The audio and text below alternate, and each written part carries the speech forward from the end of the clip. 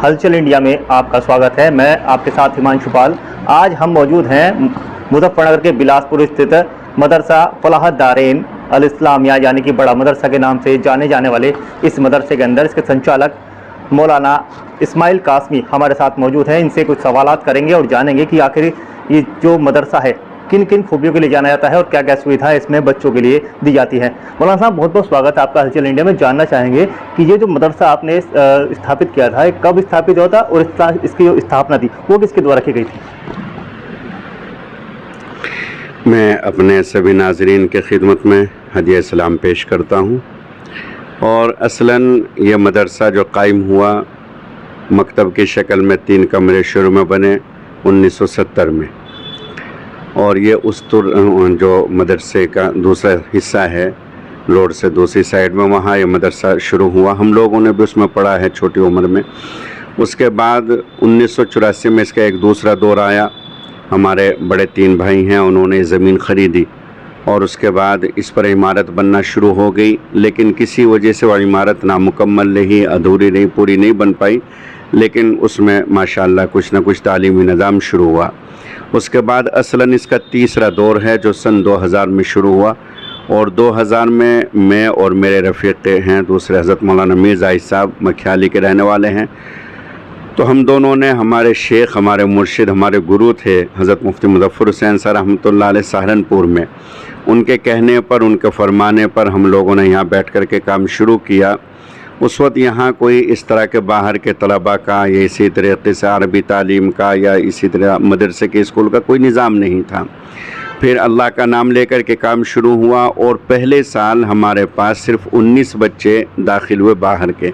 उसके बाद अगले साल 37 बच्चे हुए, उससे अगले साल 48 हुए, फिर 64 हुए।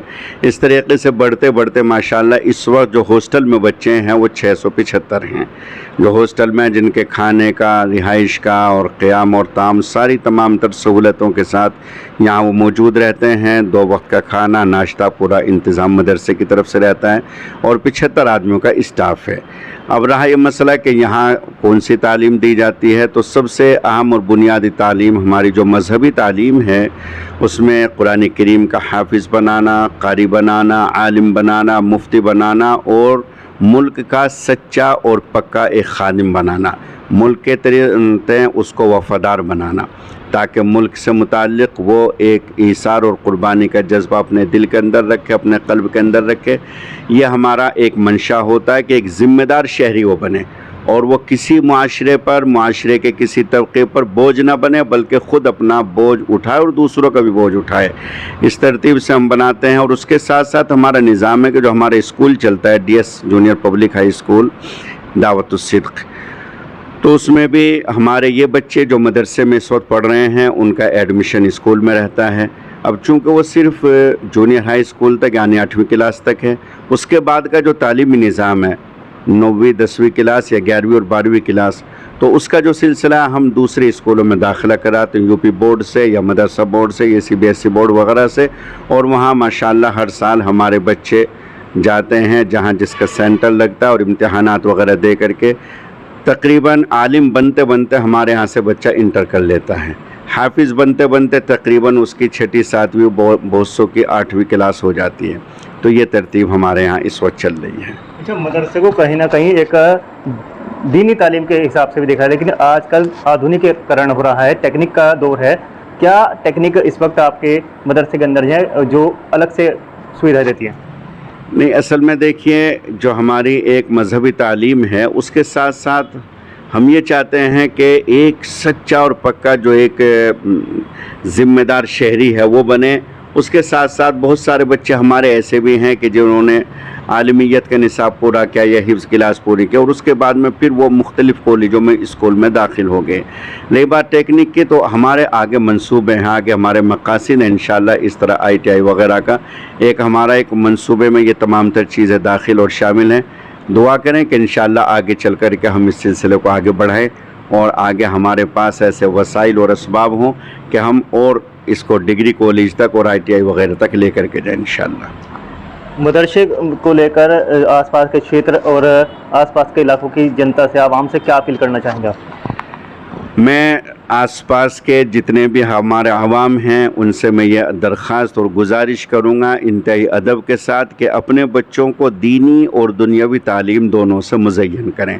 मुकम्मल तरीक़े से आपका बच्चा दीनदार हो, अच्छा उसका मिजाज दीनी मजहबी हो, लेकिन उसके साथ साथ उसके पास एक फ़न हो, दुनियावी एतबार से वो अच्छा इंजीनियर बने या तो डॉक्टर बने या साइंटिस्ट बने या प्रोफेसर बने, जो भी आप उसको बनाना चाहते हैं, बेसिकली उसकी एक दीनी तालीम हो। और उसके साथ साथ मेरे भाई हैं, मुझसे बड़े हैं, मेरे भाई हैं, मुजफ्फरनगर मशहूर हॉस्पिटल है अहमद हॉस्पिटल, वो हाफिज़ कुरान भी हैं और माशाल्लाह बेहतरीन डॉक्टर भी हैं, MBBS MD हैं। और इसी तरीके से बहुत सारे हजरात हैं कि जो दीनी तालीम भी उनके पास है और उसके साथ साथ वो डॉक्टर भी हैं, इंजीनियर भी हैं। तो मेरी अपील ये है कि आप अपने बच्चों को डॉक्टर भी बनाएं, चूँकि हमें डॉक्टरों की भी ज़रूरत है, इंजीनियर भी बनाएं, प्रोफेसर भी बनाएं, लेक्चरर भी बनाएं, एडवोकेट भी बनाएं, जज भी बनाएं, जो भी बना सकते हैं ज़रूर बनाने की कोशिश करें।